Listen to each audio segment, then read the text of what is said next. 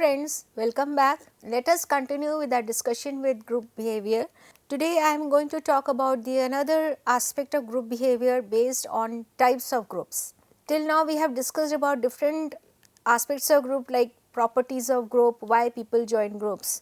Today I am going to discuss about the different types of groups that we work with, we encounter and how we tend to interact with those members.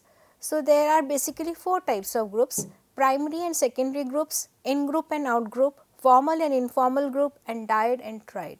These groups are being categorized based on the size, based on the purpose, based on geographical locations or physical proximity, or based on the purpose.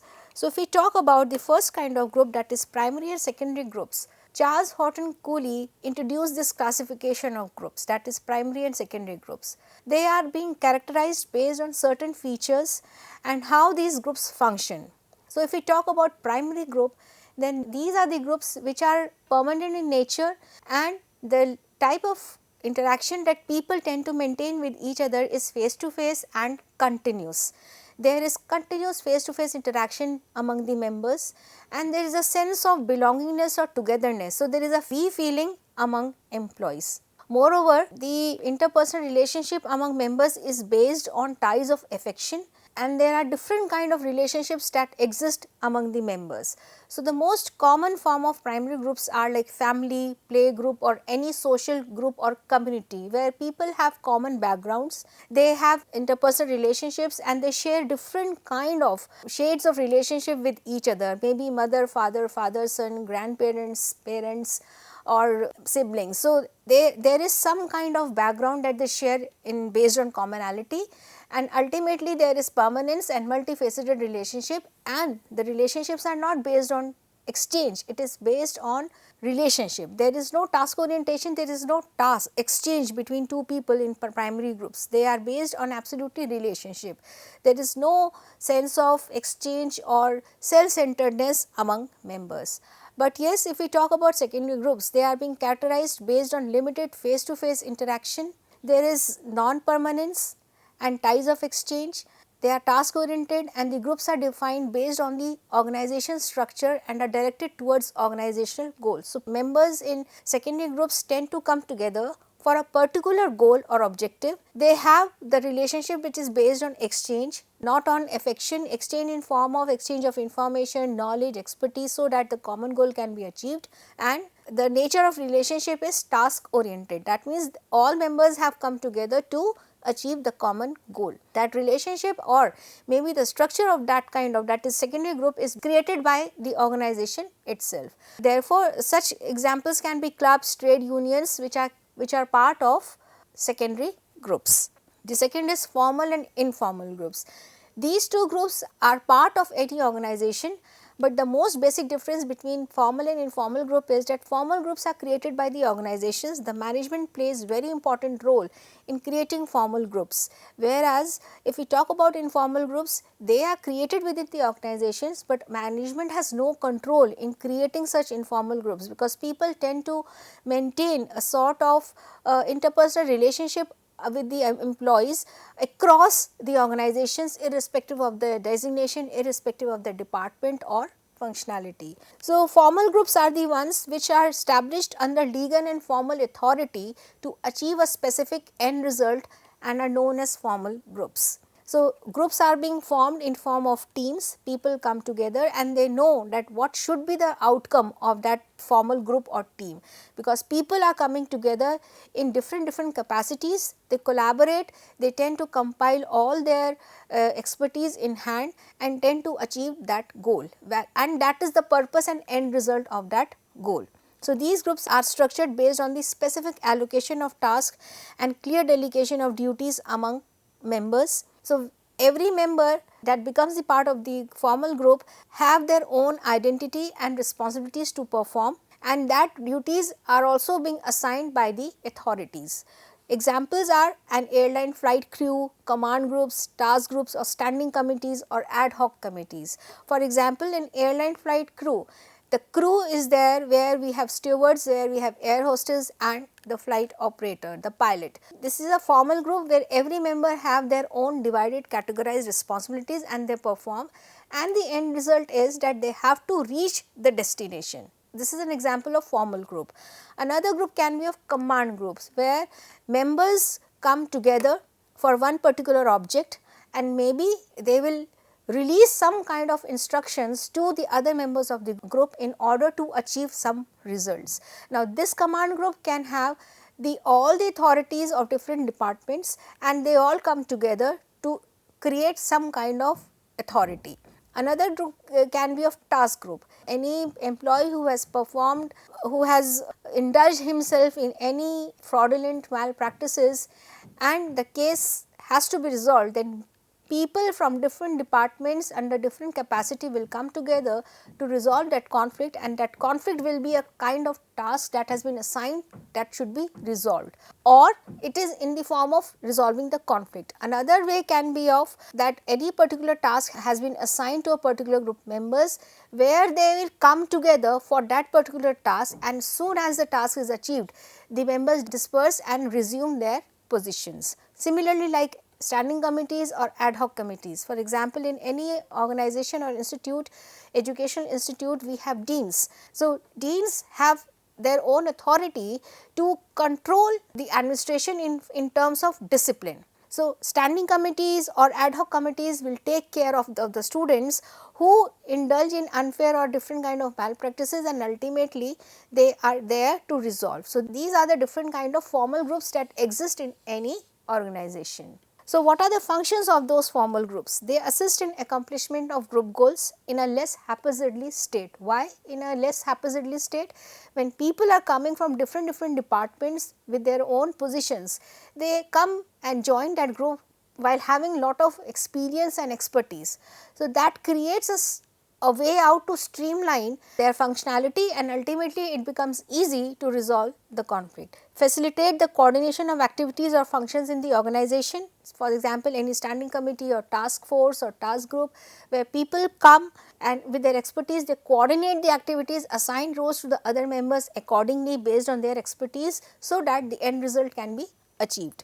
Aid in establishing logical relationships among people and positions. Logical relationship, that to achieve any end result or outcome of the task, what kind of expertise are required and how those expertise are related to each other in order to achieve a bigger goal. This is logical relationship.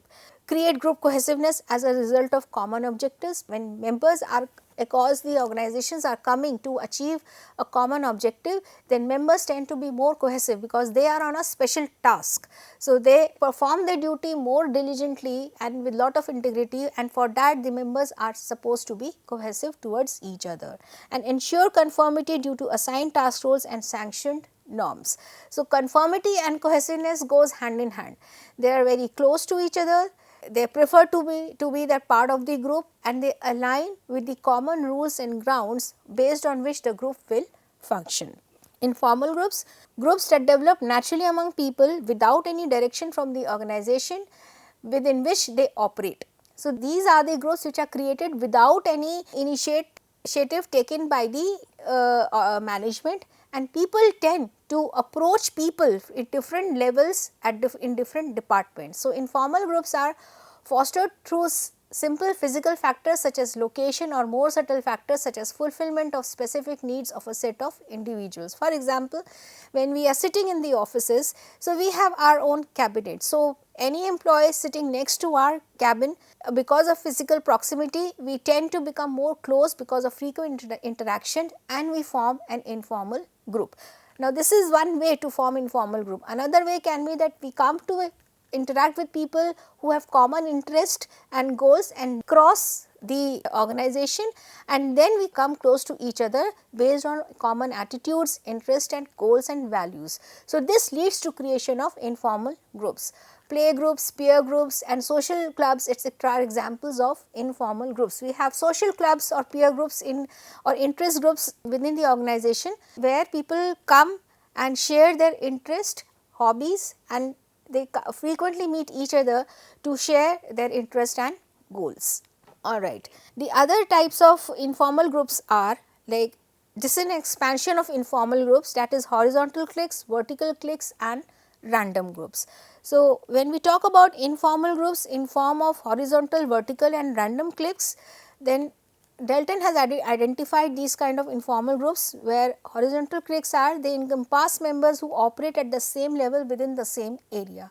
So, people who are working at the same designation or level, then people tend to approach each other with frequent interactions and they form a horizontal clique, that is they become a closed group where they will not allow any other member to join that group and they become very close to each other, that is why it is a clique. So, it is a horizontal clique, that means members come to meet each other at the same level within the department. The other is vertical clique. This encompasses individuals from different levels within area of department, within a given area of department. So, these members may be superior or subordinate in relationship with each other, but interact frequently because of opportunity for meeting goals. So, it is about vertical where different designation will be there, but people will form an informal group irrespective of their designation and tend to meet each other in a very frequent manner. So, this is vertical clique. So, horizontal clique is that within the same department people will tend to interact with each other, where vertical is that maybe at different designation members will come and interact with each other. And random groups are the ones which are composed of members of various departments across different levels and emerge because of the interaction between individuals in different departments to get the task done. It is about not only that we are having horizontal or vertical clique maybe in one department, that is finance department.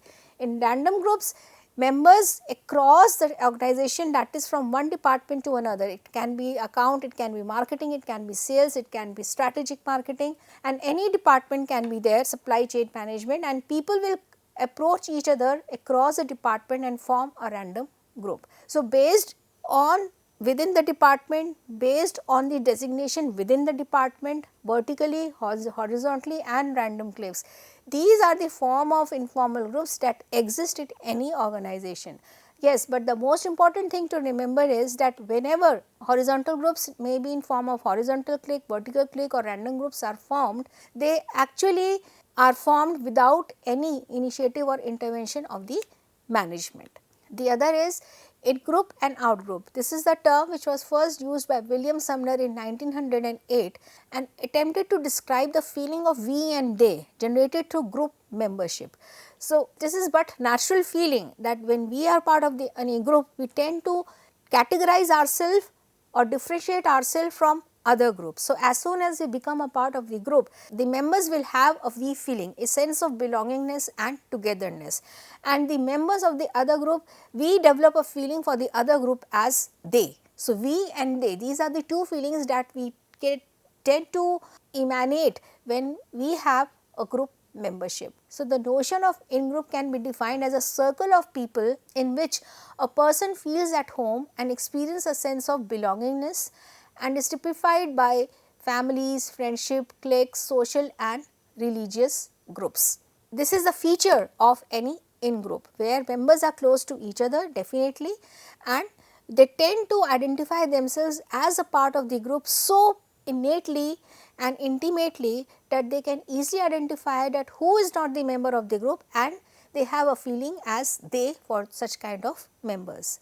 Right. So, such members have common objective and common interest and they have a sense of we feeling. Example, assembly line workers have a sense of togetherness and represent power structure. So, the more there is sense of we, feeling of we, the more powerful they become, because they are ready for each other, they are there for each other, they are more committed, they are more integrated, they are more loyal to their own group. Whereas, what is an out group? It is a circle of people to which a person feels that he or she does not belong to.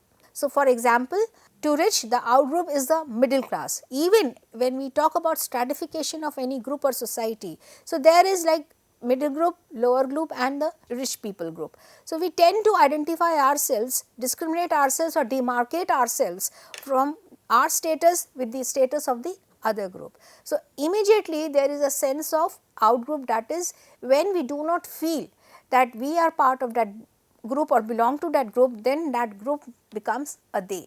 So, the basic feeling that we are talking about when we talk about in group and out group is about we and they. It deals with the feeling that we tend to experience when we become a part of any group and when we are not part of any group. Alright. Based on the size, we have another kind of group, that is dyad and triad. So, groups can be classified based on the size, that is the dyad and triad. So, a 2-person group is known as a dyad. Now, it has a specific and limited features. For example, when we talk about dyad, then there is limited participation of the members, and if either withdraws, because it is a group of 2 people, if either withdraws, the group ceases to exist, because there is no interaction, there is no activity, there is no sentiments, there is no exchange of knowledge and information. And as soon as there is a conflict between two members, then the conflict cannot be resolved, because there is no mediator, there is no third person, and the conflict cannot be reconciled or the conflict cannot be resolved, and ultimately the group ceases to exist. So, therefore, the dyad do not have to deal with the problem of intruder. So, if there is a problem of conflict and no one is there to resolve the conflict, then the other advantage of the dyad is that there is no problem of intruder. So, there will be no third person who can question the integrity or cohesiveness of a dyad, because they are very close to each other, the members are very close to each other. But the point is that even the 2 members, when have conflict, it becomes difficult to reconcile or resolve the conflict, because there is no mediator. So, these are the limited features of a dyad based on the size. The other is the triad. When the group comprises of 2 or more than 2 or 3 members, then it forms a triad. Now, again, triad has more advantages over dyad, where the dyad reconciled, where in the triad, if conflict arises between 2 members, maybe the third or fourth member can intervene to resolve or reconcile the conflict. So, the major characteristics is that there is a possibility of majority, minority and coalitions. So, whenever members are more in any triad, then definitely there can be majority also, there can be minority, or there can be coalitions, that is, the people will come together and collaborate. So, this is a feature of any triad, and if there is any conflict, the third member can resolve it, and in fact, the triad is more dynamic in nature in comparison to dyad, because some or the other activity will keep on going based on the number of interactions that take place, and members tend to create and establish new relationships and maintain solidarity within the group. So, they are more cohesive, they exude more solidarity, that is sense of togetherness, and there is more conformity to the existence of the group norms. So, that is how based on the size there are 2 types of group, that is dyad and triad. So, this is about the types of groups we have discussed in form of primary and secondary groups, in group and out group, formal and informal group, that is informal group in form of vertical, horizontal clique and random groups, and dyad and triad. With this, we are through with this unit, that is group behavior. We will start our new unit in the next section. Thank you so much.